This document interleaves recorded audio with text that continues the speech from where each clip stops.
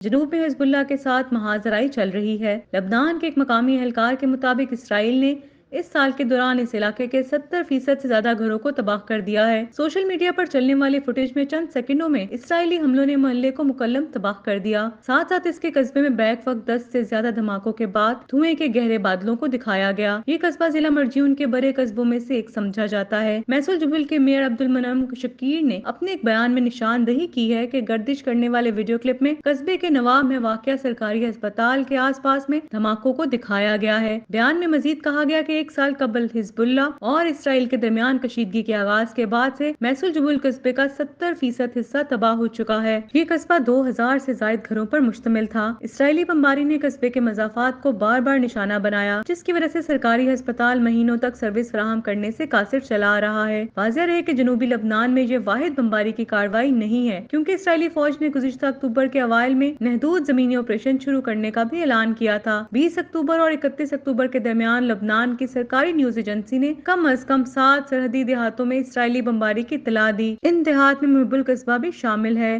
جو ایک پہاڑی پر واقع ہے اور میسول جبل سے ملحق ہے۔ اسی طرح کفر القرا اور العدیثہ بھی قریب ہی ہیں۔